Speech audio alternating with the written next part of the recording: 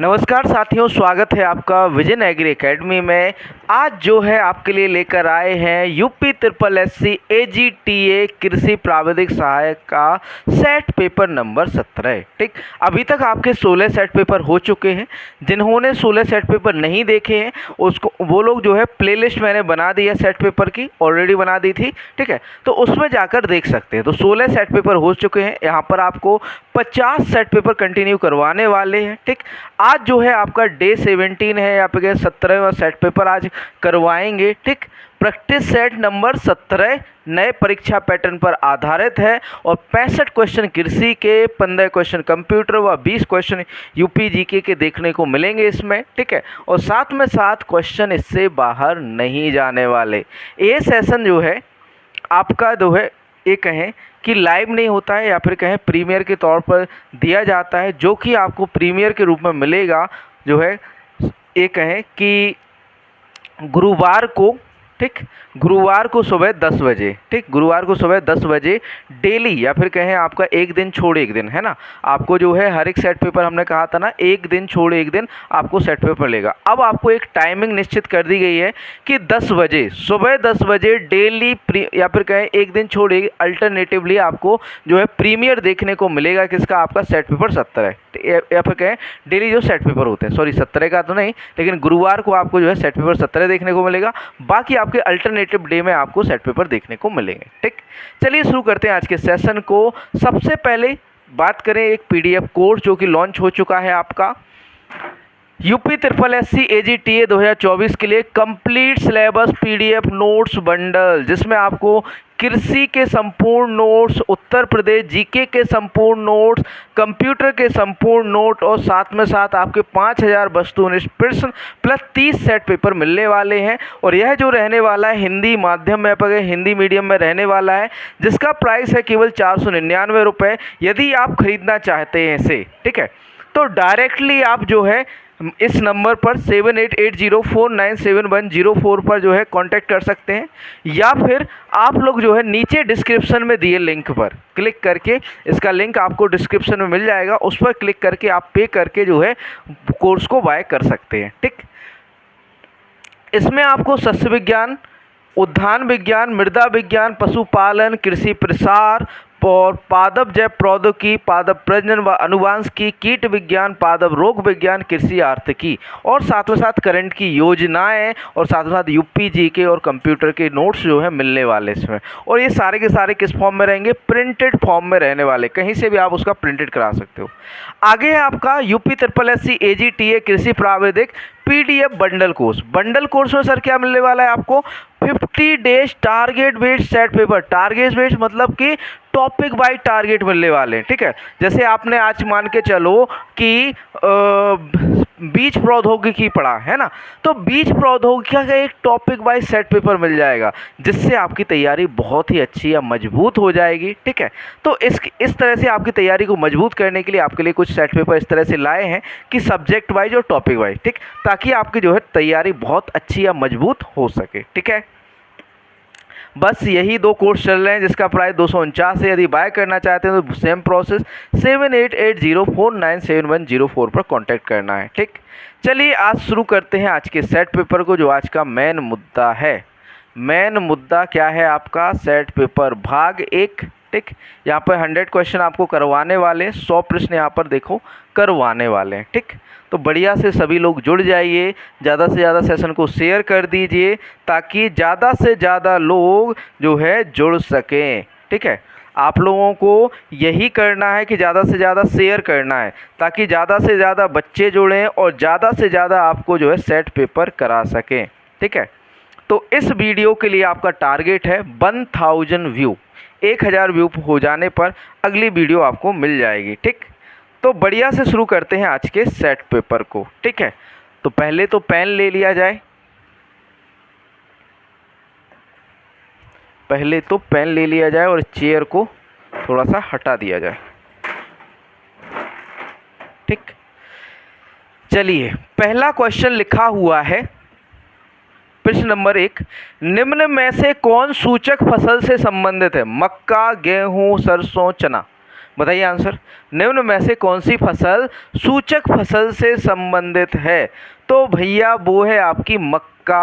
मक्का normally visually symptom या फिर कहें कि न्यूट्रिएंट की कमी या फिर कहें पोषक तत्वों की कमी दर्शा देती है। ठीक है, तो यहाँ पर सही आंसर क्या हो जाता है? मक्का हो जाता है। ठीक, अगला क्वेश्चन है, डिब्बाबंदी के लिए टमाटर की तुड़ाई की उचित अवस्था होती है? मैच्योर ग्रीन, टर्निंग पिंक या रेड राइप? बताइए आंसर क्या होगा कि कब हमें डिब्बाबंदी के लिए जो है टमाटर की तुड़ाई करनी चाहिए? तो भैया अभी तो टमाटर बहुत महंगा चल रहा है, लगभग 100 रुपये किलो, है ना। तो रेड राइप या फिर कहें जब अच्छी तरह से पक जाए या फिर कहें रेड राइप हो जाए, उस समय जो है तुड़ाई करनी चाहिए। किसके लिए? डिब्बाबंदी के लिए। ठीक, मैच्योर ग्रीन कब? दूरस्थ मार्केट को भेजने के लिए। टर्निंग मतलब कि ये कहें कि आपका थोड़ा सा पिंक या फिर कहें थोड़ा सा पीलापन पड़ जाए तो आपके निकटतम मार्केट के लिए। ठीक है, और पिंक पड़ जाए तो आपका जो है नॉर्मली बेचने के लिए प्रयोग करते हैं। ठीक, आगे चलते हैं, अगला प्रश्न है, प्रश्न नंबर 3 दिया हुआ है, अच्छी जेली का TSS होना चाहिए 65%, 68%, 60% या 70%? अच्छी जेली का TSS कितना होना चाहिए? बताइए आंसर क्या होगा? A, B, C या फिर D? तो नॉर्मली अच्छी जेली में कितना TSS हो? 65% TSS होना चाहिए। कितना होना चाहिए? 65% TSS होना चाहिए। कितना होना चाहिए TSS?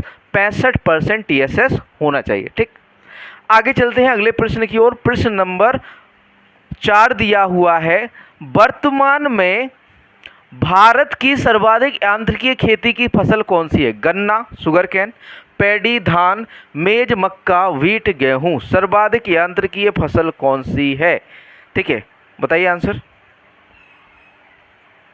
देखो, यांत्रिकीय खेती से मतलब ये है जिसमें आपका अधिक से अधिक यंत्रों का प्रयोग होता है, तो भैया वो है गेहूं। ठीक, भारत में वर्तमान में भारत की सर्वाधिक यांत्रिकीय खेती की फसल कौन सी है? गेहूं है। कुछ लोग कहेंगे चावल, सर चावल नहीं है, गेहूं है। ठीक, यहाँ पर आंसर आपको गेहूं करना पड़ेगा। ठीक, जो अकॉर्डिंग टू आपका जो ये कहें कि बहुत सी बुक्स कहती हैं या फिर कहें जो वर्तमान का डाटा कहता है, वो कहता है कि गेहूं में जो है सबसे ज़्यादा यांत्रिकरण या मशीनीकरण है। ठीक, आगे चलते हैं अगले प्रश्न की ओर। प्रश्न नंबर 5 दिया हुआ है, पौधों में बीजों का मुड़े हुए अंकुरण देखा जाता है हाइपोकोटाइल के कारण, हाइपोजियल के कारण, जड़ बढ़वार के कारण, मिट्टी और प्रकाश के कारण। पौधों में बीजों का मुड़े हुए अंकुरण देखे जाते हैं, वो किसके कारण होते हैं? तो भैया ये होते हैं आपके जो है हाइपोजियल के कारण या फिर कहें हाइपोजियल जर्मिनेशन के कारण होते हैं। किसके कारण होते हैं? आपके हाइपोजियल जर्मिनेशन के कारण, हाइपोजियल के कारण होते हैं। ठीक, ऑप्शन बी यहाँ पर सही आंसर हो जाता है। आगे बढ़ते हैं अगले प्रश्न की ओर। प्रश्न नंबर 6 दिया और निम्न में से कौन एक सिस्टमेटिक कवकनाशी है? बोर्डो मिश्रण, मेटालेक्सल, A एंड B दोनों, इनमें से कोई नहीं। बताइए आंसर क्या होगा? तो नॉर्मली सिस्टमेटिक हर्बिसाइड वह होते हैं जो ये कहें कि यदि आपने पत्ती पर ट्रांसफर मतलब कि पत्ती पर छिड़काव किया है तो पूरे पौधे में ये क्या हो जाएंगे? ट्रांसफर हो जाएंगे या फिर क्या ट्रांसलोइड, तो वो आपके कौन से सिस्टमेटिक होते हैं या फिर क्या पूरे सिस्टम को अफेक्ट करते हैं, तो सिस्टमेटिक कहलाते हैं।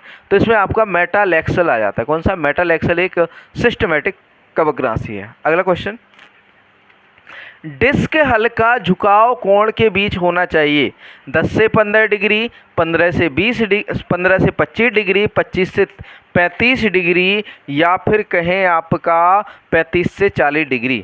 डिस्क हले या फिर कहें टिल्ट एंगल, झुकाव कोण क्या होता है? Tilt angle. क्या भैया?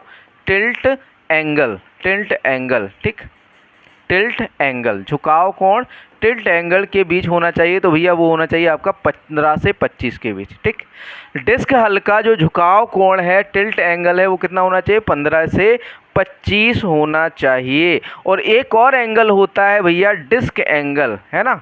ये तो हो गया टिल्ट एंगल, एक होता है आपका डिस्क एंगल। क्या? Disc angle. ये कितना होना चाहिए डिस्क एंगल? 42 से 45 डिग्री के बीच होना चाहिए। डिस्क एंगल कितना होना चाहिए? 42 से 45 डिग्री के बीच। और आपका टिल्ट एंगल कितना होना चाहिए? 15 से 25 के बीच। क्लियर है? ठीक, अगला क्वेश्चन है, प्रश्न नंबर 8 दिया हुआ है, क्वेश्चन नंबर 8। टोबैको कैटरपिलर का प्रकोप किस फसल में होता है? जूट में, गन्ना में, लूसन या चुकंदर में? टोबैको कैटरपिलर का प्रयोग या फिर कहें प्रकोप, प्रयोग नहीं प्रकोप, किस फसल में देखने को मिलता है? किस फसल में होता है? तो भैया वो होता है आपका जूट में। किसके अंदर होता है? जूट में। ठीक, टोबैको कैटरपिलर का जो प्रकोप है सबसे अधिक किस में देखने को मिलता है? हमें जूट में देखने को मिलता है। ठीक, जूट में देखने को मिलता है। ठीक, आगे चलते हैं। अगला प्रश्न है, भंडारण का प्रकार नहीं है, मैदानीय या निचले क्षेत्रों में भंडारण, भूमिगत भंडारण, पेड़ों पर भंडारण, वायु प्रशीतित भंडारण? बताइए आंसर कौन सा जो है भंडारण का प्रकार नहीं है? तो भैया यहाँ पर जो है भंडारण का प्रकार जो नहीं है, पेड़ों पर भंडारण। नॉर्मली हम पेड़ों पर भंडारण थोड़ी ना करते हैं, हम भूमिगत भंडारण करते हैं, मैदानी या निचले क्षेत्रों में भंडारण करते हैं, वायु प्रशीतित भंडारण किया जा सकता है। ठीक, अगला क्वेश्चन, नोरेंटेन एक बोनाजीन है, धान का, ज्वार का, गेहूं का या कपास का? तो भैया गेहूं का है। ठीक, नोरेंटेन किसका बोनाजीन है बच्चों? गेहूं का है। ठीक, गेहूं का एक बोनाजीन है, कौन? आपका नोरेंटेन। ठीक, आगे बढ़ते हैं अगले प्रश्न की ओर। प्रश्न नंबर 11 दिया हुआ है कि धान की फसल को भंडारित करते समय नमी की मात्रा कितनी होनी चाहिए? यदि आप धान की फसल को भंडारण कर रहे हो तो उसमें नमी कितनी होनी चाहिए? तो भैया धान के भंडारण के समय कितना? 12% नमी होनी चाहिए। कितने प्रतिशत? 12%। नॉर्मली आपकी अनाज वाली फसलों के लिए हमेशा आपके जो भंडारण की जो नमी होती है वो 12% होती है, आपकी ऑयल सीड के लिए 8% से कम होती है। ठीक, अगला क्वेश्चन, सिक्वेस किससे परिरक्षित किया जाता है? पोटेशियम मेटाबाइसल्फाइड से, विनेगर से, नमक से या साइट्रिक एसिड से? सिक्वेस को किसके द्वारा जो है परिरक्षित किया जाता है? तो भैया सिक्वेस को पोटेशियम मेटाबाइसल्फाइड या KMS से क्या कहें, KMS से क्या किया जाता है? आपका परिरक्षित किया जाता है। किसके द्वारा? सिक्वेस किससे के द्वारा परीक्षित किया जाता है? आपका पोटेशियम मेटाबाइसल्फाइड या KMS के द्वारा। ठीक, आगे बढ़ते हैं अगले प्रश्न की ओर। प्रश्न नंबर 13 दिया हुआ है। प्रश्न नंबर 13 देखिए लिखा हुआ है, प्रतिकूल स्थिति के कारण मुख्य फसल नष्ट हो जाने के कारण उसकी क्षतिपूर्ति हेतु अल्पकाल की बोई गई फसल कहलाती है cash crop, catch crop, para crop, quick crop. तो यहाँ पर जो उगाई जाने वाली अल्पकालीन फसल होती है वो कैच क्रॉप कहलाती है। कौन कहलाती है? Catch crop.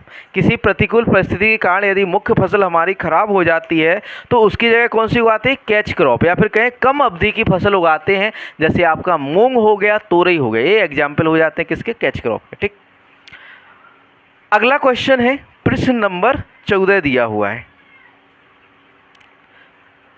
बीज का वास्तविक गुण निर्धारण किया जाता है उसकी प्रतिशत शुद्धता से, अंकुरण से, शुद्धता एवं अंकुरण से, शुद्धता, अंकुरण एवं बाजार मूल्य से।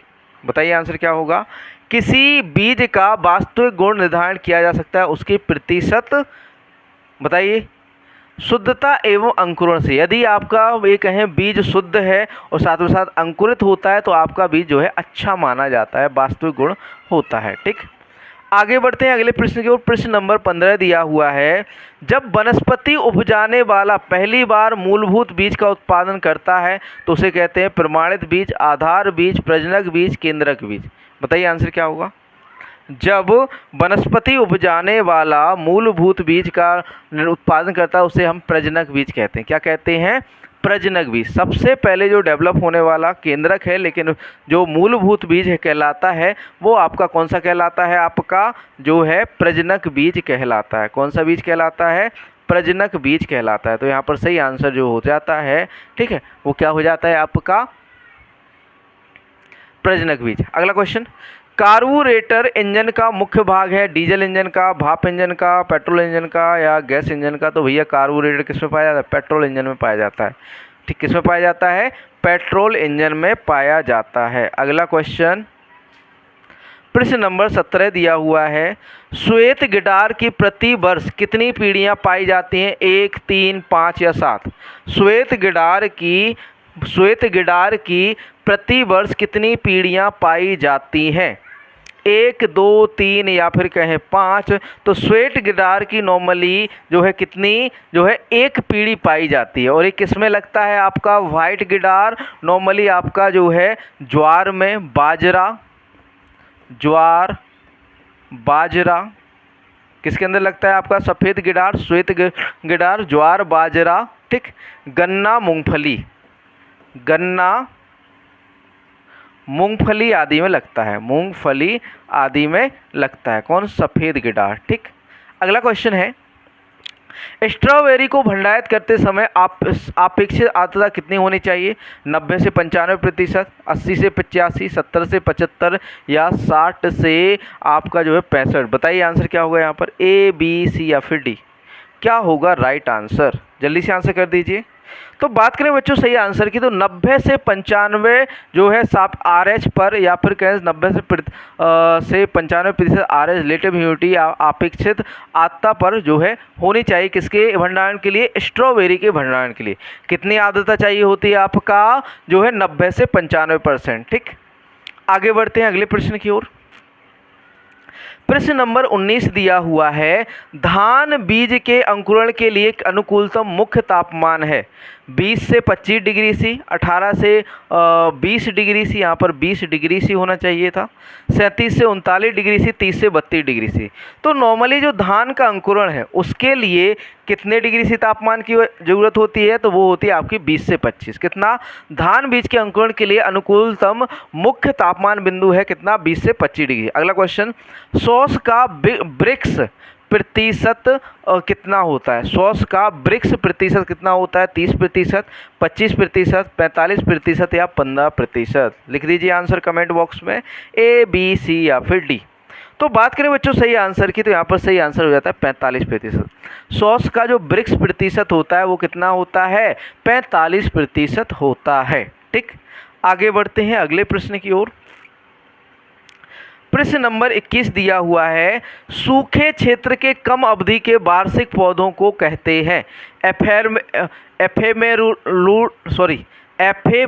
एफेमेरुलूस, क्लोरोफाइट्स, सायोफाइट्स, खाद्यान्न। सूखे क्षेत्र के कम अवधि के वार्षिक पौधों को हम क्या कहते हैं?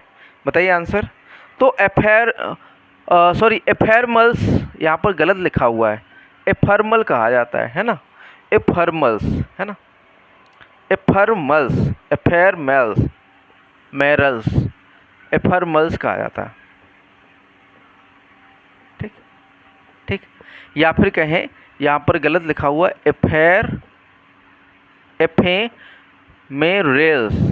एफेमेरेल्स कहलाता है, ठीक, एफेमेरेल्स कहा जाता है, ठीक। तो सूखे क्षेत्र के कम अवधि के वार्षिक पौधों को क्या कहा जाता है? एफेमेरेल्स कहा जाता है, ठीक। अगला क्वेश्चन है प्रश्न नंबर 22, बीज के वर्कबोर्ड की आवश्यकता होती है बीज की जीवन क्षमता की जांच के लिए, बीज के अंकुरण की जांच के लिए, बीज की शुद्धता की जांच के लिए या बीज को आपस में मिलाने के लिए वर्कबोर्ड की आवश्यकता क्या पड़ती है? तो भैया इसको भौतिक शुद्धता या फिर कहें बीज की शुद्धता की जांच करने के लिए प्रयोग किया जाता है किसका, आपका वर्कबोर्ड का। वर्कबोर्ड की आवश्यकता क्या होती है? बीज की भौतिक शुद्धता या शुद्धता का पता लगाना, ठीक। आगे बढ़ते हैं अगले प्रश्न की ओर।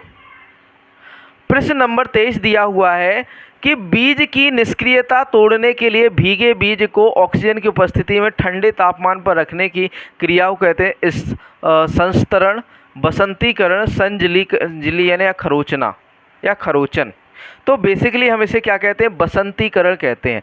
बीज की निष्क्रियता को तोड़ने या सुषुप्तावस्था को तोड़ने के लिए भीगे बीज को ऑक्सीजन की उपस्थिति में ठंडे तापमान पर रखना बसंतीकरण कहलाता है। क्या कहलाता है? चिलिंग कहलाता है या बसंतीकरण कहलाता है। चिलिंग या बसंतीकरण कहलाता है, ठीक है। आगे बढ़ते हैं अगले प्रश्न की ओर। प्रश्न नंबर 24 दिया, निम्नलिखित कीटों में से कौन एक मिलनसारी नाशक कीट है? ज्वार की प्ररोह मक्खी, चित्तीदार गूलर कृमि, प्रवासी टिड्डी, धान का पृष्ठ कृमि। बताइए आंसर क्या होगा यहाँ पर? मिलनसारी नाशक कीट है, कौन सा है भैया? तो भैया वो है आपका प्रवासी टिड्डी। कौन है? प्रवासी टिड्डी, ठीक। तो निम्नलिखित में से कीटों में कौन एक मिलनसारी नाशक कीट है? तो वो है आपका प्रवासी टिड्डी। अगला क्वेश्चन, मादा mango hoppers, female mango hoppers अपने अंडे कहाँ देती है? पत्ती की ऊपरी सतह पर, पत्ती की निचली सतह पर, पत्ती की मध्य सिरा के अंदर, पत्ती के किनारे के ऊतकों के अंदर। बताइए आंसर क्या होगा, ए, बी, सी या फिर डी। बात करें बच्चों सही आंसर की, तो आपका जो मैंगो हॉपर होता है अमरीटोडस एटकिनोसिन, कौन? अमरीटोडस एटकिनोसिन, ठीक, अमरीटोडस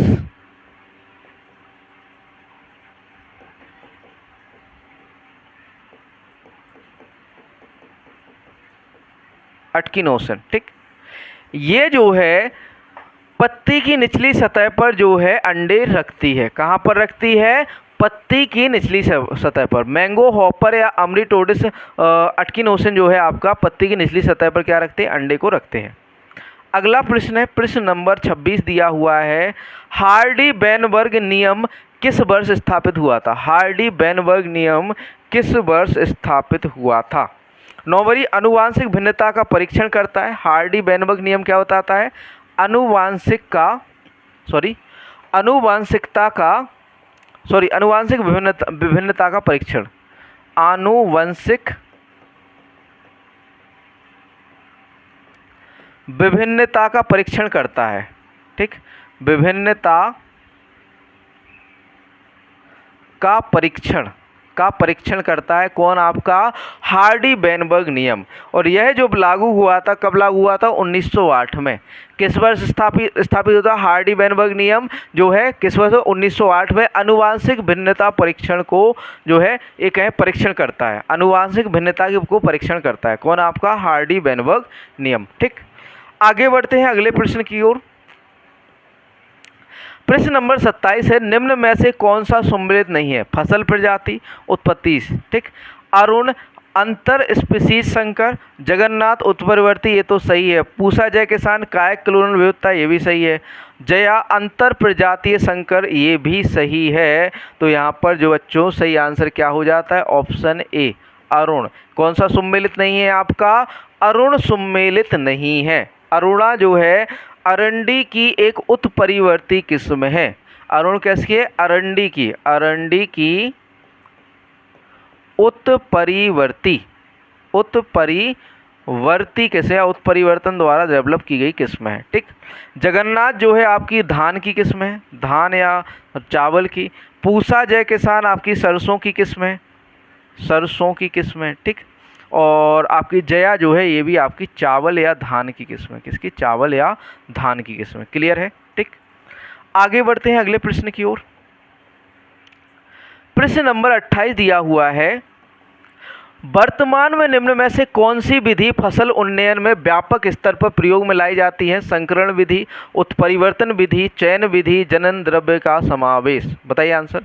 वर्तमान में निम्न में से कौन सी विधि फसल उन्नयन में व्यापक स्तर पर प्रयोग में लाई जाती है? तो भैया वो कौन सी विधि है? संकरण विधि। कौन सी विधि है? संकरण विधि व्यापक स्तर पर जो है प्रयोग में लाई जाती है। अगला क्वेश्चन, निम्नलिखित में से कौन सा बाह्य गुणसूत्री आनुवांशिकता के लिए उत्तरदायी नहीं है? माइटोकॉन्ड्रिया, मीसोसोम्स, ब्लास्टिड या प्लाज्मिड। बताइए आंसर क्या होगा? ए, बी, सी या डी। तो यहाँ पर जो है बाह्य सूत्रीय अनुवंशिकता के लिए उत्तरदायी वो नहीं है, वो है आपका मीसोसोम्स, ठीक। तो निम्नलिखित में से कौन सा बाह्य गुणसूत्री अनुवांशिकता के लिए उत्तरदायी नहीं है? मीसोसोम, ठीक। अगला क्वेश्चन, क्रोमोजोम शब्द प्रतिपादित किया था मेंडल ने 1884 में, मॉर्गन ने 1910 में, बाल्डियर ने 1888 में, स्टेसबर्ग ने 1875 में। बताइए आंसर क्या होगा यहाँ पर? ए, बी, सी या फिर डी। जो आपका क्रोमोजोम शब्द है भैया ये किसने दिया था? वाल्डियर ने दिया था। कब? 1888 में वाल्डियर ने दिया था क्रोमोजोम शब्द। क्रोमोजोम शब्द किसने दिया था? वाल्डियर ने दिया था। आगे चलते हैं अगला प्रश्न। मसूर में कायक गुणसूत्रों की संख्या होती है 14, 16, 20 या 24। तो नॉर्मली आपके 14 होती है। कितनी होती है? 14। मसूर में कायक गुणसूत्रों की संख्या कितनी होती है आपकी? 14 होती है। मसूर में कितने गुणसूत्र होते हैं? 14 होते हैं। अगला प्रश्न है, जब नर पुष्प एक पौधे पर और मादा पुष्प दूसरे पौधे पर पैदा होते हैं तो वो प्रजाति है विषमलिंगी, विषम लैंगिकता, द्विलिंगी, एक लिंगी। बताइए आंसर क्या होगा? क्वेश्चन नंबर 32 है। तो भैया उसे हम एक लिंगी पौधा कहेंगे। क्या कहेंगे? एक लिंगी पौधा, एक लिंगी पौधा या डायोसियस कहेंगे। ठीक है, डायोसियस या एक लिंगी पौधा कहेंगे। ठीक, तो वह पौधा कैसा होगा आपका? डायोसियस होगा या एक लिंगी होगा। ठीक,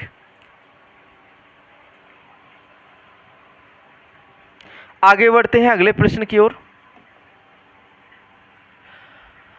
प्रश्न नंबर 33 दिया हुआ है, व्यावसायिक रूप से संकर चावल को उत्पादित करते अनुवांशिक नरवंध्यता द्वारा, कोशिका द्रव्य नरवंध्यता द्वारा, रासायनिक संकरण जनकों द्वारा, कोशिका द्रव्य अनुवांशिक नरवंध्यता द्वारा। व्यावसायिक रूप से संकर चावल को उत्पादित करते हैं, बताइए आंसर क्या होगा? ए, बी, सी या फिर डी? तो वो है रासायनिक संकरण जनकों द्वारा। किसके द्वारा?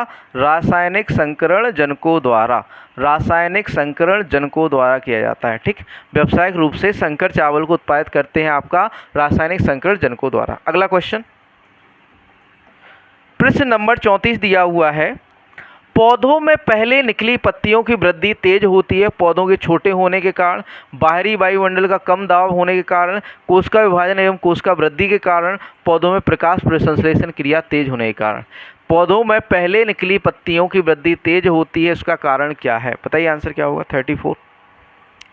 तो भैया उसका कारण है आपका जो है ऑप्शन सी, कोशिका विभाजन एवं कोशिका वृद्धि के कारण। ठीक, कोशिका विभाजन अधिक होगा तो आपकी कोशिका की वृद्धि भी अधिक होगी, है ना। तो कोशिका विभाजन और कोशिका वृद्धि के कारण जो है पौधों में पहली निकलने पत्तियां जो है वृद्धि तेजी से होती है। ठीक, आगे चलते हैं अगले प्रश्न की ओर। प्रश्न नंबर 35 की बात करते हैं। 35वां प्रश्न लिखा हुआ है, पादप भोजन का उत्पादन प्रकाश संश्लेषण क्रिया द्वारा क्लोरोफिल में किस तत्व, यहाँ पर क्लोरोफिल नहीं है, क्लोरोफिल है, क्लोरोफिल में किस तत्व की उपस्थिति से होता है जब शुद्ध नस्ल आयरन, बोरॉन, मैग्नीशियम या कैल्शियम? बताइए आंसर, ए, बी, सी या फिर डी? तो यहाँ पर सही आंसर हो जाता है मैग्नीशियम। ठीक, किस तत्व की उपस्थिति से होता है? जब शुद्ध जो है नस्ल हो तो मैग्नीशियम। अगला क्वेश्चन, निम्नलिखित में से कौन सा मृदा निर्माणक कारक नहीं है? ऑक्सीकरण, कार्बोनीकरण, ह्यूमीकरण, विलयन। तो यहाँ पर भैया विलयन जो है मृदा निर्माणक जो है कारक नहीं है, बाकी ऑक्सीकरण, कार्बोनीकरण, ह्यूमिफिकेशन जो है मृदा निर्माण की क्या होती हैं? प्रक्रियाएँ होती हैं। अगला क्वेश्चन है, प्रश्न नंबर 37 दिया हुआ है, पत्तियों में उत्पन्न कार्बोहाइड्रेट पौधे के विभिन्न वृद्धि वाले भागों में निम्न की कमी में संचारित नहीं होता है? Manganese, phosphorus, iron, boron. पत्तियों में उत्पन्न कार्बोहाइड्रेट पौधे के विभिन्न वृद्धि वाले भागों में निम्न की कमी में संचारित नहीं होता है। किसकी कमी में? मैग्नीज की कमी, फास्फोरस, आयरन या बोरॉन। किसकी कमी में जो है संचारित नहीं होता है? बताइए आंसर क्या होगा? ए, बी, सी या फिर डी? तो भैया बोरॉन की कमी हो जाएगी ना, तो कार्बोहाइड्रेट जो है पौधों के विभिन्न वृद्धि वाले भागों में क्या नहीं होगा? संचारित नहीं होगा। अगला क्वेश्चन, निम्नलिखित में से सूक्ष्म पोषक तत्व है? फास्फोरस, मैग्नीशियम, पोटेशियम या निकेल। तो भैया निकेल जो है सूक्ष्म पोषक तत्व है, जबकि फास्फोरस, पोटास जो है प्राइमरी न्यूट्रिएंट है, मैग्नीशियम भी आपका मैक्रो या फिर सेकेंडरी न्यूट्रिएंट है। ठीक, आगे चलते हैं अगले प्रश्न की ओर। प्रश्न नंबर 39 दिया हुआ है, भूमि में जीवांश पदार्थ किस तत्व की उपलब्धता का सूचकांक है? Sulphur, zinc, nitrogen, phosphorus. भूमि में जीवांश पदार्थ किस तत्व की उपलब्धता का सूचक है? तो भैया वो किसकी उपलब्धता बताता है? आपका नाइट्रोजन की उपलब्धता। आपका जो है भूमि में जीवांश पदार्थ उपलब्ध है तो मतलब आपका जो मृदा है कैसी है? नाइट्रोजन से जो है समृद्ध है। किससे समृद्ध है? नाइट्रोजन से समृद्ध है, उपलब्धता बताता है। ठीक, कौन सा जैविक उर्वरक नहीं है? केंचुआ की खाद, पीएसबी, नेडेप, मल्टीफ्लेक्स। जैविक उर्वरक कौन सा नहीं है? बताइए आंसर क्या होगा? ए, बी, सी या फिर डी? तो भैया मल्टीफ्लेक्स एक हार्मोनस है या फिर कहें हार्मोन है। ठीक, जो मल्टीप्लेक्स है ये क्या है? हार्मोन है, बाकी सभी क्या है? जैविक उर्वरक हैं। आगे बढ़ते हैं अगले प्रश्न की ओर। फर्टिगेशन निम्न प्रकार की सिंचाई में एक प्रक्रिया है? फव्वारा, सतही, टपका या फिर कहें केंद्र बिंदु, तो ये नॉर्मली आपकी टपका या फिर कहें सिंचाई जो है आपके ये कहें कि नॉर्मली ड्रिप इरिगेशन या टपक सिंचाई के द्वारा फर्टिलाइजर को देना आपका क्या कहलाता है, फर्टिगेशन कहलाता है। अगला क्वेश्चन, भूक्षरण का आकलन करने हेतु सार्वभौमिक मृदा ह्रास समीकरण के द्वारा दिया गया था। राम बाबू एवं ध्रुव नारायण द्वारा, बिस्मियर एवं स्मिथ द्वारा, CI रामसर द्वारा, HH बेनेट द्वारा। किसने जो है सार्वभौमिक मृदा ह्रास समीकरण दिया था? सार्वभौमिक मृदा ह्रास समीकरण किसने दिया? बताइए आंसर क्या होगा, A, B, C या फिर D?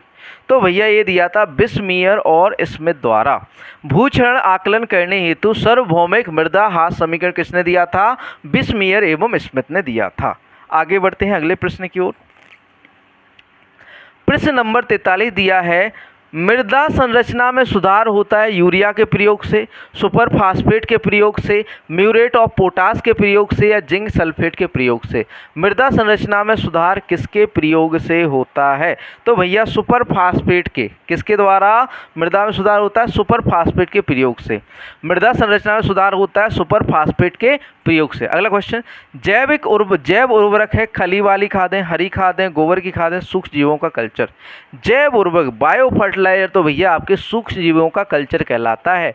जैव उर्वरक क्या कहलाते हैं? आपके सूक्ष्म जीवों का कल्चर करना क्या कहलाता है? जैव उर्वरक या बायो फर्टिलाइजर कहलाता है। अगला क्वेश्चन, नील हरित शैवाल एक उपयुक्त जैव उर्वरक है गन्ने के लिए, गेहूं के लिए, कपास के लिए, धान के लिए। तो भैया धान के लिए नील हरित शैवाल जो है उपयुक्त कहें, उपयुक्त जैव उर्वरक किसके लिए है? आपका धान के लिए है। ठीक, किसके लिए? धान के लिए। ठीक, आगे बढ़ते हैं अगले प्रश्न की ओर। प्रश्न नंबर 46 दिया हुआ है, किस फसल में एजोला जलीय फर्ण अधिकतम लाभदायक? मक्का, आलू या गन्ना या चावल? एजोला फर्ण जो है मुख्यतः किसके लिए लाभदायक है? तो भैया एजोला जो है किसके लिए लाभदायक है? आपका धान के लिए या चावल के लिए? ठीक, जलीय फर्ण जो आपको यहाँ पर फर्ण होना चाहिए, फर्म नहीं फर्ण होना चाहिए। जलीय फर्ण जो होती है अधिकतम लाभदायक किसके लिए होती है? चावल के लिए या धान के लिए। ठीक, आगे बढ़ते हैं अगले प्रश्न की ओर। प्रश्न नंबर 47 दिया हुआ है, उत्तर प्रदेश में कुल समस्याग्रस्त भूमि है 10.57 मीटर हेक्टेयर, 13.57 मिलियन हेक्टेयर या फिर कहें 23 मिलियन हेक्टेयर, 15.47 मिलियन हेक्टेयर। बताइए आंसर क्या होगा? कितनी मृदा जो है उत्तर प्रदेश में समस्याग्रस्त है? तो भैया कितनी मृदा समस्याग्रस्त है? तो वो है भैया कितना जो है आपका 13.57 मीटर प्रति हेक्टेयर। कितना? 13.57 मिलियन प्रति हेक्टेयर। अगला क्वेश्चन, हवा के द्वारा मृदा अपरदन मृदा के किस रूप में बदलाव लाकर मृदा को हानि पहुंचाता है? मृदा प्लास्टिसिटी, मृदा परमेबिलिटी, मृदा संरचना या कोई नहीं? तो यहाँ पर बताइए आंसर क्या होगा? तो वायु अपरदन जो है मृदा संरचना को बदलता है। ऑप्शन सी यहाँ पर सही आंसर हो जाता है। ठीक, आगे बढ़ते हैं अगले प्रश्न की ओर। प्रश्न नंबर 49 दिया हुआ है कि निम्नलिखित कथनों में से कौन सा सत्य है? अम्लीय मृदा को सुधारने के लिए जिप्सम का प्रयोग करते हैं? नहीं करते हैं भैया, जिप्सम का प्रयोग क्षारीय मृदा में किया जाता है। ठीक, अम्लीय मृदा को सुधारने के लिए चूने का प्रयोग करते हैं? बिल्कुल सही है, तो ऑप्शन बी यहाँ पर सही हो जाता है। ए गलत है, बी सही है, क्योंकि अम्लीय मृदा के सुधार के लिए चूना पत्थर का प्रयोग किया जाता है, जबकि जिप्सम का प्रयोग क्षारीय मृदा के सुधार के लिए किया जाता है। जिप्सम का प्रयोग किस मृदा के सुधार के लिए किया जाता है बच्चों? क्षारीय मृदा के सुधार के लिए किया जाता है। जिप्सम का प्रयोग किसके लिए किया जाता है? क्षारीय मृदा के सुधार के लिए। क्लियर है? आगे बढ़ते हैं अगले प्रश्न की ओर। प्रश्न नंबर 50 दिया हुआ है, अत्यधिक नुकसानदायक मृदा अपरदन है रिल अपरदन, परत अपरदन, उच्छलन अपरदन या जलप्रपात। तो भैया परत अपरदन जो होता है वो फील्ड क्रॉप या कहें फार्मर्स के लिए अधिक नुकसान पहुंचाता है। कौन सा भैया? आपका जो है परत अपरदन या सीट इरोजन। परत अपरदन को हम क्या कहते हैं? सीट इरोजन कहते हैं। क्या कहते हैं? सीट इरोजन कहते हैं। ठीक, क्लियर है? आगे बढ़ते हैं अगले प्रश्न की ओर। निम्नलिखित लिखा हुआ है, निम्नलिखित संस्थाओं पर विचार करें: ग्राम पंचायत, जिला परिषद, ग्राम विद्यालय, ग्राम की सहकारी संस्था। इनमें से बुनियादी ग्रामीण संस्थाओं में शामिल है 1, 2, 3, 2, 4, 2 3 4 और 1 2 4, बताइए आंसर क्या होगा यहाँ पर, ए बी सी या फिर डी। तो भैया ग्रामीण की या फिर कहें निम्नलिखित संस्थाओं पर विचार करें जिनमें से बुनियादी ग्रामीण संस्थाओं में शामिल है आपका जिला परिषद, ग्राम विद्यालय और ग्राम की सहकारी संस्था। बुनियादी संस्थाओं में कौन सा आ जाता है, जिला परिषद, ग्राम विद्यालय, ग्राम की सहकारी संस्था। ठीक, आगे बढ़ते हैं अगले प्रश्न की ओर। दूरदर्शन प्रसारण शुरू हुआ था 1959 में, 1967 में, 1970 में या 1987 में। कब हुआ था आपका दूरदर्शन प्रसारण? तो भैया ये हुआ था 15 सितंबर 1959 को, 15 सितंबर 1959। ठीक, 15 सितंबर 1959 को दूरदर्शन प्रसारण शुरू हुआ था। 15 सितंबर 1959 को दूरदर्शन प्रसारण शुरू हुआ था, 15 सितंबर 1959 को। ठीक, अगला क्वेश्चन है, स्थानीय स्तर पर विस्तार कार्यक्रमों के नियोजन का प्रथम चरण है लक्ष्यों का निर्धारण, उद्देश्यों का निर्धारण, वर्तमान स्थिति का विश्लेषण, उपरोक्त में से कोई नहीं। स्थानीय स्तर पर विस्तार कार्यक्रमों के नियोजन का प्रथम चरण क्या होगा? क्वेश्चन नंबर 53 है, बता दीजिए आंसर क्या होगा, ए बी सी या फिर डी। राइट आंसर क्या हो जाएगा यहाँ पर? तो बात करें बच्चों सही आंसर की, तो यहाँ पर सही आंसर वर्तमान स्थिति का विश्लेषण। सबसे पहले स्थानीय स्तर पर विस्तार कार्यों की नियोजन या प्लानिंग करने के लिए वहाँ की वर्तमान स्थिति का विश्लेषण या कहें वर्तमान स्थिति की जो है एनालिसिस करना पड़ता है। ठीक, आगे चलते हैं, अगला प्रश्न है, प्रश्न नंबर 54 दिया हुआ है, गरीबी में सबसे गरीब का चुनाव किया जाता है जवाहर रोजगार योजना में, प्रशिक्षण एवं संपर्क प्रणाली में, राष्ट्रीय कृषि तकनीकी परियोजना में, एकीकृत समन्वित ग्राम्य विकास कार्यक्रम में। बताइए आंसर क्या होगा, ए बी सी या फिर डी। क्या होगा यहाँ पर सही आंसर?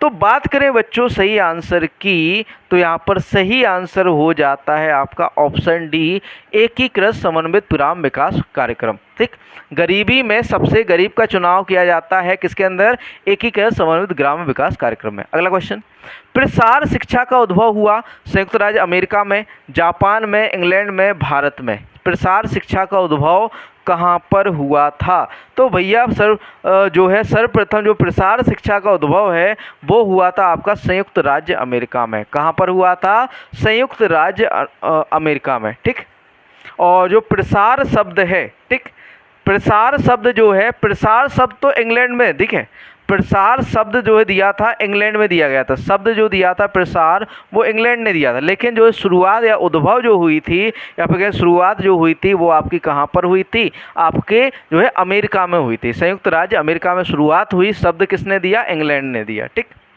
अगला क्वेश्चन, प्रश्न नंबर 56 दिया हुआ है, कृषि संगणना 2015-16 के अनुसार भारत में कृषि जोत क्रियाशील की संख्या कितनी है? 146.45 मिलियन, 138.55 मिलियन, 190.66 मिलियन, 195.78 मिलियन। बताइए आंसर क्या होगा, ए बी सी या फिर डी। क्या होगा सही आंसर? तो बात करें बच्चों सही आंसर की, तो यहाँ पर ऑप्शन ए 146.45 मिलियन। ठीक, कितनी भारत में कृषि जोत की संख्या कितनी है? 146.45%, 146.45%। कुल कृषि जोत या क्रियाशील की संख्या कितनी है? 146.45%। ठीक, आगे चलते हैं, अगला क्वेश्चन, भारत सरकार द्वारा नई कृषि नीति की घोषणा की गई जनवरी 2001 में, मार्च 2002 में, मई 2003 में, जुलाई 2000 में। आपकी जो नई कृषि नीति है उसकी घोषणा कब की गई थी? 28 जुलाई 2000 में। कब? 28 जुलाई 2000 में नई कृषि नीति लाई गई। तो यहाँ पर जुलाई 2000 सही आंसर हो जाता है। ठीक है, भारत सरकार द्वारा नई कृषि नीति की घोषणा कब की गई? जुलाई 2000 में। कब की गई? जुलाई 2000 में। ठीक, आगे बात करें अगले प्रश्न की, प्रश्न नंबर 58 दिया हुआ है, भारतीय रेशम से बनी वस्तुओं का सबसे बड़ा निर्यात स्थल कौन सा देश है? यूएसए, चीन, चाइना, यूएई या नाइजीरिया। बताइए आंसर। सबसे अधिक जो भारत में बनी वस्तुएं हैं वो बड़ा निर्यात या रेशम से बनी जो वस्तुएं हैं उनका निर्यात सबसे अधिक कहाँ होता है? तो यूएसए को होता है। भारतीय रेशम से बनी वस्तुओं का सबसे बड़ा निर्यात स्थल कौन सा देश है? आपका यूएसए। अगला क्वेश्चन, न्यूनतम समर्थन मूल्य कितनी फसलों के लिए घोषित किया जाता है? तो भैया वो 23 फसलों, कितनी फसलों को दिया जाता है न्यूनतम समर्थन मूल्य? 23 फसलों के लिए दिया जाता है। ठीक, आगे चलते हैं, अगला प्रश्न। यहाँ पर जो है थोड़ा सा पुराना डाटा है। वर्ष 2022-23 में किस फसल की सर्वाधिक न्यूनतम समर्थन मूल्य में वृद्धि की गई थी? गेहूं, तिल, मूंग या सूरजमुखी? बताइए आंसर। 2023 में, 22-23 में तो सर्वाधिक वृद्धि जो देखी गई थी 22-23 में, वो देखी गई थी तिल के मूल्य में। किसके मूल्य में? तिल के मूल्य में। अगला क्वेश्चन, गाय में मुख्य रूप से बांझपन किस विटामिन की कमी से होता है? विटामिन के, विटामिन डी, विटामिन ए। तो जो गाय के अंदर जो बांझपन होता है वो विटामिन ई के कारण होता है। किसके कारण होता है? विटामिन ई के कारण। ठीक, अगला प्रश्न है, प्रश्न नंबर 62 दिया हुआ है, एक गाभिन गाय को गर्भाधान के लिए कितने माह बाद गर्भकालीन आहार देना चाहिए? 3 माह बाद, 4 माह बाद, 6 माह बाद या 8 माह बाद? तो भैया हमें देना चाहिए कब? 6 माह बाद, 5 से 6 माह बाद। एक गाभिन गाय को गर्भाधान के कितने माह बाद गर्भकालीन आहार देना चाहिए? 6 माह बाद। ठीक, अगला क्वेश्चन, पशुधन गणना 2019 के संदर्भ में कुल पशुधन की दृष्टि से किस राज्य में सर्वाधिक पशुधन है? बिहार, पश्चिम बंगाल, मध्य प्रदेश, उत्तर प्रदेश? तो भैया उत्तर प्रदेश में सर्वाधिक पशुधन पाया जाता है। कहाँ पर पाया जाता है? उत्तर प्रदेश के अंदर। अगला क्वेश्चन, देश में रेशम का सबसे बड़ा उत्पादन राज्य है? असम, बिहार, झारखंड, कर्नाटक? तो रेशम का जो सबसे बड़ा उत्पादक है भैया वो है कर्नाटक। कौन है? कर्नाटक जो है रेशम का सबसे बड़ा उत्पादन करने वाला राज्य या फिर कहें प्रथम स्थान रखता है। ठीक, अगला क्वेश्चन है, 65वां क्वेश्चन है, ताजे दूध में अम्लता कितनी होनी चाहिए? ताजे दूध में अम्लता कितनी होनी चाहिए? 0.16 से 0.28, 0.11 से 0.18, 1.00 से 1.28 और 0.00 से 0.10। बताइए आंसर क्या होगा कि कितनी अम्लता होनी चाहिए? तो भैया 11.11 से 18.18% जो है अम्लता होनी चाहिए। ठीक, अगला यहाँ पर जो है एक कहें कि एक सेक्शन यहाँ पर कंप्लीट हो जाता है, या एक भाग आपका कंप्लीट हो जाता है। आपका किसका? कृषि का भाग जो है कंप्लीट हो जाता है। थोड़ा सा पानी ले लिया जाए या पी लिया जाए, है ना, उसके बाद आगे, क्योंकि गर्मी बहुत पड़ रही, उमस पड़ रही है, पानी नहीं गिर रहा है। ठीक है, तो इस वजह से थोड़ा सा पानी भी ज़रूरत है। ठीक, तो उसके बाद अगले क्वेश्चन जो कंप्यूटर है, थोड़ा सा ब्रेक दो, एक कहें थोड़ा सा ब्रेक, पानी पीकर आपको दोबारा शुरू करते हैं।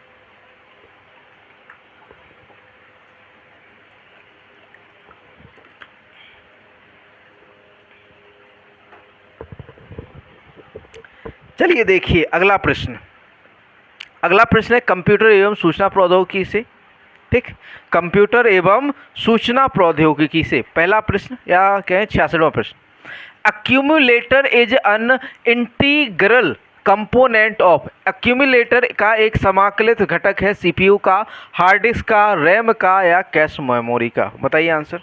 जो एक्यूमुलेटर है सीपीयू का एक समाकलित घटक है। किसका घटक है भैया? सीपीयू का, या कंट्रोल प्रोसेसिंग यूनिट का। ठीक, आगे बढ़ते हैं, अगला प्रश्न। प्रश्न नंबर 67 दिया हुआ है, मेमोरी आकार और प्रदर्शन के आधार पर किस प्रकार के कंप्यूटर को बिग आयन या बिग आयरन के रूप में जाना जाता है? माइक्रो कंप्यूटर को, मिनी कंप्यूटर को, मेन फ्रेम कंप्यूटर या फिर कहें सुपर कंप्यूटर? बताइए आंसर क्या होगा? ए, बी, सी या फिर डी? तो यहाँ पर जो बिग आयरन के रूप में जाना जाता है वो जाना जाता है आपका option C, mainframe computer. कौन सा जाना जाता है? Option C, mainframe computer. ठीक, मेमोरी आकार और प्रदर्शन के आधार पर किस प्रकार के कंप्यूटर को बिग आयरन या के रूप में जाना जाता है? तो मेन फ्रेम कंप्यूटर को। ठीक, आगे बढ़ते हैं अगले प्रश्न की ओर। प्रश्न नंबर 68 है, the process of defining a problem is terms of few step and then exploring each of the step further is known as. किसी समस्या को परिभाषित करने की प्रक्रिया कुछ चरणों की शर्तें हैं और फिर प्रत्येक चरण की खोज को आगे के रूप में जाना जाता है। किस रूप में जाना जाता है? ऑप्शन देखिए यहाँ पर दिए हुए हैं, थोड़ा सा इसको हम जूम आउट कर दे, जूम इन कर देते हैं। ठीक है, तो देखिए पहला ऑप्शन दिया है स्टेप बाय रिफाइनमेंट या फिर चरणवार शोधन। ऑप्शन बी दिया है मॉड्यूलराइजेशन। ठीक, ऑप्शन सी दिया है इंटीग्रेशन। ऑप्शन डी दिया है डिवाइड एंड कन्क्योर। बताइए आंसर क्या होगा? ए, बी, सी या फिर डी? क्या हो जाएगा यहाँ पर सही आंसर? तो बात करें बच्चों सही आंसर की, तो यहाँ पर option a step by refinement जो है सही आया, चरणवार शोधन। ठीक, आगे बढ़ते हैं अगले प्रश्न की ओर। प्रश्न नंबर 69 दिया हुआ है, the characteristic of a computer system that is capable of reasoning, learning and problem solving is termed as. एक कंप्यूटर सिस्टम की विशेषता है जो तर्क करने, सीखने और समस्या हल करने में सक्षम है, उसे कहा जाता है artificial intelligence. Artificial intelligence, B human intelligence, C virtual intelligence, D आपका कॉमन इंटेलिजेंस। बताइए आंसर क्या होगा, ए बी सी या फिर डी। उसे हम बच्चों क्या कहेंगे, आर्टिफिशियल इंटेलिजेंस कहेंगे। क्या कहेंगे, आर्टिफिशियल इंटेलिजेंस। ठीक, आगे बढ़ते हैं अगले प्रश्न की ओर।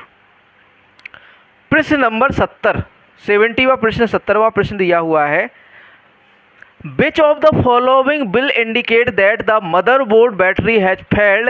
निम्नलिखित में से कौन इंगित करेगा कि मदरबोर्ड की बैटरी विफल हो चुकी है? Operating system password lost, operating system password खो गया है।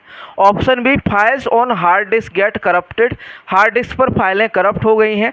Option C hard disk has bad sector, या फिर कहें हार्ड डिस्क में खराब सेक्टर है। Option D hardware setting including current data and time revert to default value, hardware settings वर्तमान दिनांक और समय सहित डिफॉल्ट मानों का वापस लौटें। बताइए आंसर क्या होगा, ए बी सी या फिर डी। तो बात करें बच्चों सही आंसर की, तो यहाँ पर ऑप्शन डी सही आंसर हो जाता है, hardware setting including current data and time revert to default value. ठीक, ऑप्शन डी यहाँ पर सही आंसर हो जाता है। आगे बढ़ते हैं अगले प्रश्न की ओर। प्रश्न नंबर 71 या 71वां प्रश्न दिया हुआ है कि उस नई तकनीक को क्या कहते हैं जो एक कृत्रिम दुनिया के सृजन की क्षमता प्रदान करती है और उसमें लोग परस्पर अंतःक्रिया भी करने लगते हैं। दूरस्थ वास्तविकता, आभासी वास्तविकता, वैकल्पिक वास्तविकता या 3D वास्तविकता। क्या होगा सही आंसर यहाँ पर, उस नई दुनिया तकनीक को क्या कहते हैं जो एक कृत्रिम दुनिया के सृजन की क्षमता प्रदान करती है और उसमें लोग परस्पर अंतःक्रिया करने लगते हैं? तो उसे हम कहते हैं बच्चों आपका आभासी वास्तविकता। क्या कहते हैं, आभासी वास्तविकता। अगला क्वेश्चन है, what is the correct full form of virus in computer program. Computer programming में वायरस का सही पूर्ण रूप क्या है, vital interchange result until source, vital information resource under sea size, vital information recognition search, vital information record user size. बताइए answer क्या होगा, सीज। आंसर बता दीजिए क्या होगा 72 का, ए बी सी या फिर डी। तो वायरस का जो सही अर्थ होता है वो होता है vital information resource under service, vital research information under service. Option B यहाँ पर सही आंसर हो जाता है, 72 का ऑप्शन बी सही आंसर हो जाता है। आगे बढ़ते हैं अगले प्रश्न की ओर। एटीएम का संक्षिप्त रूप क्या है, automatic teller machine, automatic teller machine, all time money, automatic tele machine. बताइए आंसर क्या होगा, ए बी सी या फिर डी। तो भैया यहाँ पर ऑटोमेटेड टेलर मशीन, एटीएम का संक्षिप्त रूप क्या होता है, ऑटोमेटेड टेलर मशीन। अगला question, saving your current file as a new one without overwriting the original file can be done by. आपकी मौजूदा फाइल नए रूप में किसके द्वारा सेव की जा सकती है बिना आपकी मूल फाइल को अधिलेखित किए बिना, न्यू, सेव एज या फिर कहें ओपन के द्वारा। बताइए आंसर क्या होगा, ए बी या सी। तो यहाँ पर सेव एज के द्वारा, सेव एज के द्वारा नई फाइल के रूप में हम उसे क्या कर सकते हैं, संरक्षित या सेव कर सकते हैं। क्या कर सकते हैं, सेव कर सकते हैं। ठीक, अगला क्वेश्चन है प्रश्न number 75।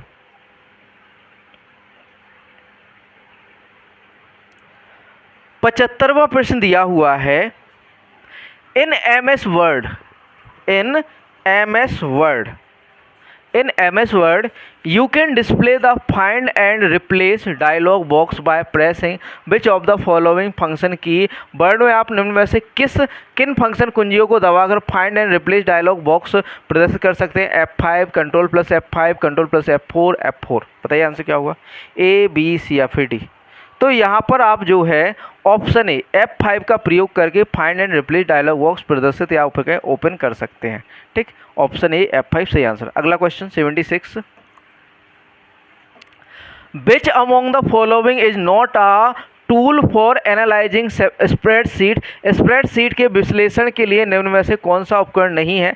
Mail merge, what if analysis, goal seeking, sorting. बताइए छटाई क्या हो जाएगा यहाँ पर सही आंसर? तो बात करें बच्चों सही आंसर की, तो यहाँ पर मेल मर्ज जो है यहाँ पर जो है स्प्रेडशीट के विश्लेषण के लिए उपकरण नहीं है। अगला क्वेश्चन है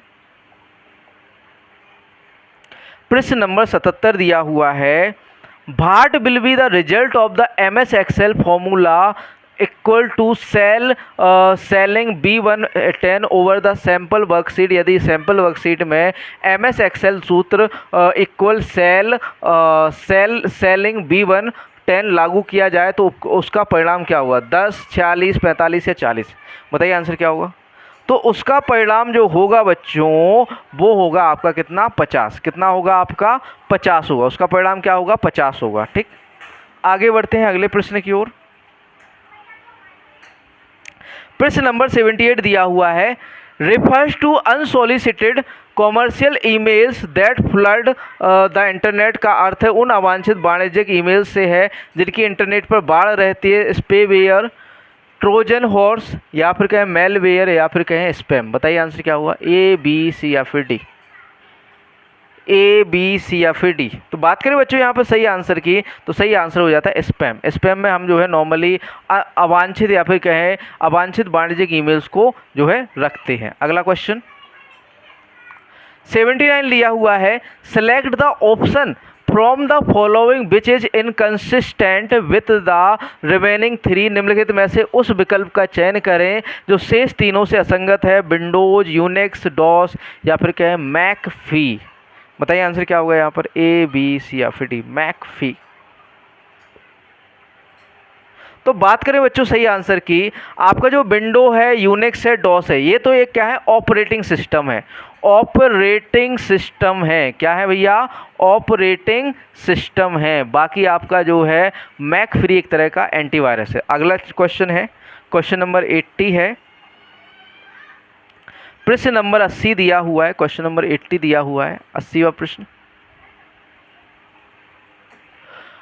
what does CMOS stand for? CMOS का पूरा नाम क्या है?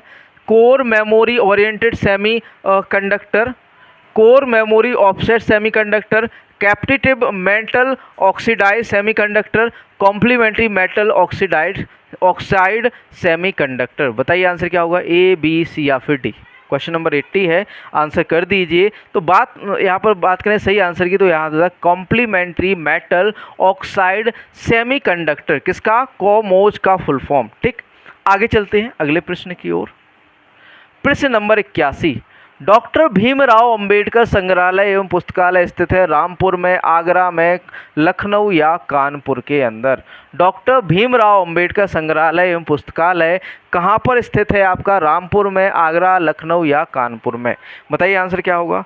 तो भैया ये कहाँ पर स्थित है आपका? रामपुर के अंदर है। कहाँ पर है? रामपुर में 2004 में स्थापना हुई थी। डॉक्टर भीमराव अंबेडकर संग्रहालय एवं पुस्तकालय कहाँ पर स्थित है? रामपुर में स्थित है और 2004 में इसकी स्थापना हुई थी। कब हुई थी? 2004 में। ठीक, आगे बढ़ते हैं अगले प्रश्न की ओर। प्रश्न नंबर 82 या 82वां प्रश्न दिया हुआ है, वर्ष 2011 की जनगणना के अनुसार उत्तर प्रदेश में महिला साक्षरता दर क्या है? 57.20, 52.10, 59.10% या फिर कहें 59.10% या उपरोक्त में से कोई नहीं? बताइए आंसर क्या होगा? उत्तर प्रदेश की महिला साक्षरता दर क्या है? तो भैया वो है 57.20% या फिर कहें 57.2%। ठीक, अगला क्वेश्चन, किशोरी बालिका योजना वर्ष में दिनों के लिए विद्यालय में उपस्थित ना होने पर लड़कियों को संतुलित आहार प्रदान करने की पेशकश करती है। 125, 150, 175 या 300 दिन? बताइए आंसर क्या होगा? जो आपकी ये कहें कि किशोरी बालिका योजना है, ठीक, ये जो है 300 दिनों, ठीक है, कितने? 300 दिनों के लिए विद्यालय में उपस्थिति ना होने पर लड़कियों को संतुलित आहार प्रदान करने की पेशकश करती है। और यह योजना जो है 21 फरवरी 2019 को कब शुरू हुई थी? 21 फरवरी 2019 को शुरू हुई थी। कौन सी आपकी किशोरी बालिका योजना? 21 फरवरी 2019 को शुरू हुई थी। ठीक, अगला प्रश्न है प्रश्न नंबर 84। क्वेश्चन नंबर 84 है, प्रश्न नंबर 84 दिया हुआ है, आत्मनिर्भर यूपी रोजगार अभियान कब प्रारंभ किया गया? 24 जनवरी 2020 को, 25 जून 2020 को, 26 जून 2020 को, 27 जुलाई 2020 को। बताइए आंसर क्या होगा यहाँ पर, ए, बी, सी या फिर डी। आत्मनिर्भर यूपी रोजगार अभियान कब शुरू हुआ था? तो ये हुआ था 26 जून 2020 को। कब? 26 जून 2020 को शुरू हुआ था आत्मनिर्भर यूपी रोजगार अभियान, ठीक है, जो कि आपका कोविड-19 की महामारी के बाद रोजगार सृजन के उद्देश्य को प्रारंभ करने के लिए उत्तर प्रदेश के 31 जिलों में शुरू किया गया था। कहाँ पर? उत्तर प्रदेश के 31 जिलों में। अगला क्वेश्चन, नीचे दिए गए युग्मों में कौन सा सम्मिलित नहीं है? नगर स्थानीय निकाय, लखनऊ छावनी परिषद, कानपुर नगर निगम, गाजियाबाद नगर पालिका परिषद, काकोरी नगर पंचायत। बताइए आंसर क्या होगा, ए, बी, सी या फिर डी। नीचे दिए गए युग्मों में कौन सा सम्मिलित नहीं है? तो बात करें बच्चों सही आंसर की, तो यहाँ पर सम्मिलित नहीं है गाजियाबाद। गाजियाबाद में जो है आपका नगर निगम है। गाजियाबाद में क्या है आपका? नगर निगम है। क्या है? नगर निगम, ठीक। गाजियाबाद में क्या है? नगर निगम है। बाकी लखनऊ आपकी छावनी परिषद है, कानपुर नगर निगम है, गाजियाबाद नगर निगम है, काकोरी नगर पंचायत है। क्या है? काकोरी नगर पंचायत है। क्लियर है? आगे बढ़ते हैं अगले प्रश्न की ओर। प्रश्न नंबर 86 दिया हुआ है, उत्तर प्रदेश में कितने विश्वविद्यालयों के नाम डॉक्टर BR अम्बेडकर पर रखे गए हैं? 1, 2, 3 या 4? बताइए आंसर क्या हो। तो यहाँ पर आंसर हो जाता है ऑप्शन बी, 2। 2 विश्वविद्यालय का नाम डॉक्टर भीमराव अम्बेडकर के नाम पर रखा गया है, ठीक है। आगे चलते हैं, यहाँ पर जो है लखनऊ और आगरा के विश्वविद्यालय आ जाते हैं। कौन से आ जाते हैं? लखनऊ व आगरा के विश्वविद्यालय भीमराव अम्बेडकर के नाम पर है।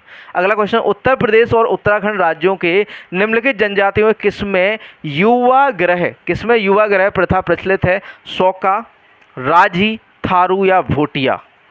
बताइए आंसर क्या होगा, ए, बी, सी या फिर डी। तो बात करें भैया भोटिया, या फिर कहें उत्तर प्रदेश और उत्तराखंड राज्यों के निम्नलिखित में से जनजातियों में से किसमें युवा गृह प्रथा प्रचलित है? तो भोटिया के अंदर। कहाँ पर है? भोटिया के अंदर। अगला क्वेश्चन, प्रश्न नंबर 88, 88वां प्रश्न दिया हुआ है, निम्नलिखित में से कौन सा एक सही सम्मिलित नहीं है? अमीर खुसरो एटा, मिर्जा गालिब आगरा, जोश मलिहाबाद, जिगर गोरखपुर। कौन से सम्मिलित नहीं है? बताइए आंसर, ए, बी, सी या फिर डी। तो बात करें बच्चों सही आंसर की, तो यहाँ पर सी, जोश मलिहाबाद से जो है सम्मिलित, अमीर खुसरो एटा से हैं, मिर्जा गालिब आगरा से हैं, जिगर गोरखपुर से हैं, ठीक है। तो जो आपके एक हैं, सॉरी, ठीक। आगे बढ़ते हैं अगले क्वेश्चन की ओर। रामनगर बनारस में रामलीला का मंचन कितने दिन होता है? 30 दिन तक, 27 दिन, 31 दिन या 33 दिन? रामनगर बनारस में रामलीला का मंचन कितने दिन तक होता है? तो भैया ये होता है आपका कितने दिन तक? नॉर्मली ये आपका जो है 31 दिन तक होता है। कितने दिन तक होता है आपका? 31 दिन तक होता है। कितने दिन तक होता है? 31 दिन तक होता है, ठीक। सॉरी, यहाँ पर जो है 88 का आंसर जोश मलिहाबाद नहीं आएगा। यहाँ पर जो सही आंसर हो जाएगा वो हो जाएगा आपका जिगर। जिगर कहाँ से है? आपके गोरखपुर से संबंध ना होकर ये मुरादाबाद से संबंधित। जिगर कहाँ से संबंधित है? आपके मुरादाबाद से, ठीक। मुरादाबाद से संबंधित है, मुरादाबाद से संबंधित। जिगर कहाँ से संबंधित है? मुरादाबाद से। बाकी सभी सम्मिलित हैं, बाकी आपका जिगर जो है मुरादाबाद से संबंधित, गोरखपुर से संबंधित नहीं है, ठीक। तो रामनगर बनारस में रामलीला का मंचन कितने दिन तक होता है? 31 दिन तक, ठीक। आगे बढ़ते हैं अगले प्रश्न की ओर। प्रश्न नंबर 90 दिया हुआ है, प्रसिद्ध सूफी संत शेख सलीम चिश्ती की दरगाह उत्तर प्रदेश के में जिले में स्थित है? जौनपुर में, कन्नौज में, फतेहपुर सीकरी या बाराबंकी? सूफी संत शेख सलीम चिश्ती की दरगाह कहाँ पर स्थित है? तो भैया वो फतेहपुर सीकरी में। कहाँ पर है? फतेहपुर सीकरी। अगला क्वेश्चन, वर्तमान उत्तर प्रदेश में भारत के प्राचीनतम 16 महाजनपदों में से कुल कितने महाजनपद स्थित थे? तो भैया 8 महाजनपद जो है आपके 16 महाजनपदों में से उत्तर प्रदेश में स्थित थे। कितने स्थित थे? 8 महाजनपद उत्तर प्रदेश में स्थित थे। अगला क्वेश्चन, यमुना एक्सप्रेस वे है नोएडा से ग्रेटर नोएडा तक, ग्रेटर नोएडा से आगरा तक, या फिर कहें आपका अगले ऑप्शन की ओर 92 की ऑप्शन की ओर चलते हैं, लखनऊ से आगरा तक या आगरा से प्रयागराज तक? जो आपका यमुना एक्सप्रेस वे था ये कहाँ से कहाँ तक था? तो भैया जो यमुना एक्सप्रेस वे है ये जो है नोएडा से, ग्रेटर नोएडा से आगरा तक, कहाँ तक? ग्रेटर नोएडा से आगरा तक, ग्रेटर नोएडा से आगरा तक यमुना एक्सप्रेस वे कहाँ से कहाँ तक फैला है? 165 किलोमीटर की, कितना? जो यमुना एक्सप्रेस वे है 165 किलोमीटर है, ठीक है, और 6 लाइन में है, कितना है? 6 लाइन में है, और यह जो है ग्रेटर नोएडा से आगरा तक फैला हुआ है। कहाँ से? ग्रेटर नोएडा से आगरा तक फैला हुआ है। आगे बढ़ते हैं अगले प्रश्न की ओर। प्रश्न नंबर 93 दिया हुआ है, उत्तर प्रदेश में पाए जाने वाले प्रमुख खनिज हैं तांबा एवं ग्रेफाइट, लाइमस्टोन एवं डोलोमाइट, रॉक फास्फेट तथा डोलोमाइट, उपयुक्त में से कोई नहीं। बताइए आंसर क्या होगा? ए, बी, सी या फिर डी? 93 का सही आंसर क्या हो जाता है? तो लाइमस्टोन और डोलोमाइट, उत्तर प्रदेश में पाए जाने वाले प्रमुख खनिज कौन से हैं? लाइमस्टोन तथा डोलोमाइट। अगला क्वेश्चन, सूची 1 को सूची 2 से सम्मिलित कीजिए और सूचियों के नीचे दिए गए कूट का उपयोग करके सही का उत्तर से यहाँ पे कहें सही उत्तर चुनिए, सही उत्तर चुनिए।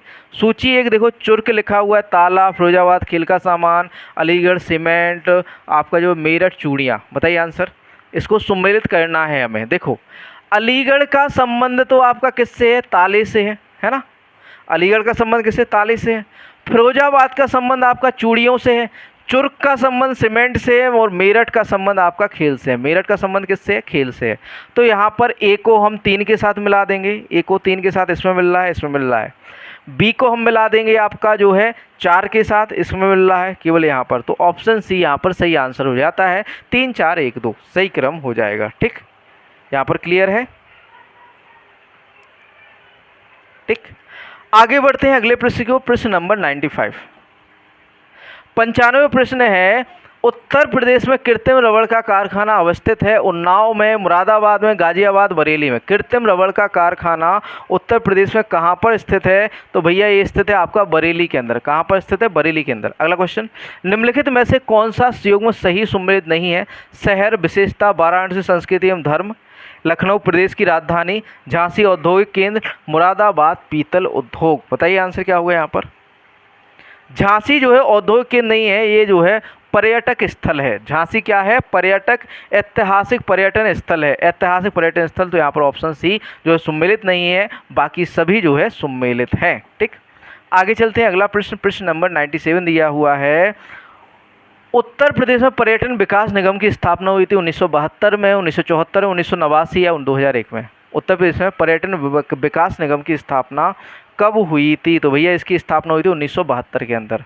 उत्तर प्रदेश में पर्यटन विकास निगम की स्थापना कब हुई थी? 1972 में। ठीक, आगे बढ़ते हैं, अगला क्वेश्चन है 98, निम्नलिखित में से कौन नहर उत्तर प्रदेश में अधिकतम क्षेत्रफल की सिंचाई करती है? अपर गंगा नहर, लोअर गंगा नहर, शारदा नहर, राम गंगा नहर। कौन सी जो है अधिकतम क्षेत्रफल को सिंचित करती है? कौन सी नहर? तो भैया वो है शारदा नहर। कौन सी नहर? शारदा नहर। अगला क्वेश्चन, निम्नलिखित में से किस फसल का उत्तर प्रदेश भारत में सर्वप्रमुख उत्पादक है? चना, ज्वार, मक्का, गेहूँ। तो भैया गेहूँ का उत्पादन सबसे अधिक होता है उत्तर प्रदेश से। किसका उत्पादन सबसे अधिक होता है? गेहूँ का। ठीक, आगे बढ़ते हैं अगले प्रश्न की ओर। प्रश्न नंबर 100 है, निम्नलिखित में से उत्तर प्रदेश में किस फसल चक्र का क्षेत्रफल अधिकतम है? धान, गेहूं, मक्का, सरसों, उर्द, गेहूं। तो यहाँ पर सही आंसर हो जाता है धान गेहूं का क्षेत्रफल सर्वाधिक है। इसी के साथ आपके 100 क्वेश्चन या 100 क्वेश्चन समाप्त होते हैं। ठीक, आपको सेशन अच्छा लगा हो तो like, share and subscribe our channel Vision Agri Academy. ठीक है, और इसी तरह से अगला सेट पेपर जो है एक दिन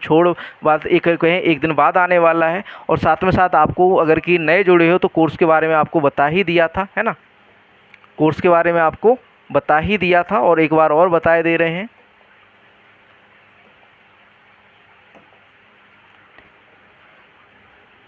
देखिए, आपका जो है एक कोर्स चल रहा है आपका complete syllabus PDF notes bundle, जिसमें कृषि, कंप्यूटर, उत्तर प्रदेश सामान्य ज्ञान के क्या मिलने वाले हैं? पीडीएफ नोट्स मिलने वाले हैं। 5000 प्लस वस्तुनिष्ठ प्रश्न मिलने वाले हैं, प्लस आपको जो है 30 सेट पेपर मिलने वाले हैं इसके अंदर। और इसको जो है माध्यम क्या है? हिंदी रहेगा। प्राइस कितना है? 499। पीडीएफ नोट्स है। यदि आप इसको बाय करना चाहते हो नीचे आपको लिंक मिल जाएगा, और इसका अगर ये संपर्क कर सकते हैं आप तो संपर्क कर लीजिए 7880497104 पर। ठीक, और एक आपका बंडल कोर्स चल रहा है, ठीक है, जिसमें आपको सेट पेपर मिलने वाले हैं। ठीक, इसी के साथ इस सेशन को यहाँ पर समाप्त करते हैं। मिलते हैं नेक्स्ट सेशन में।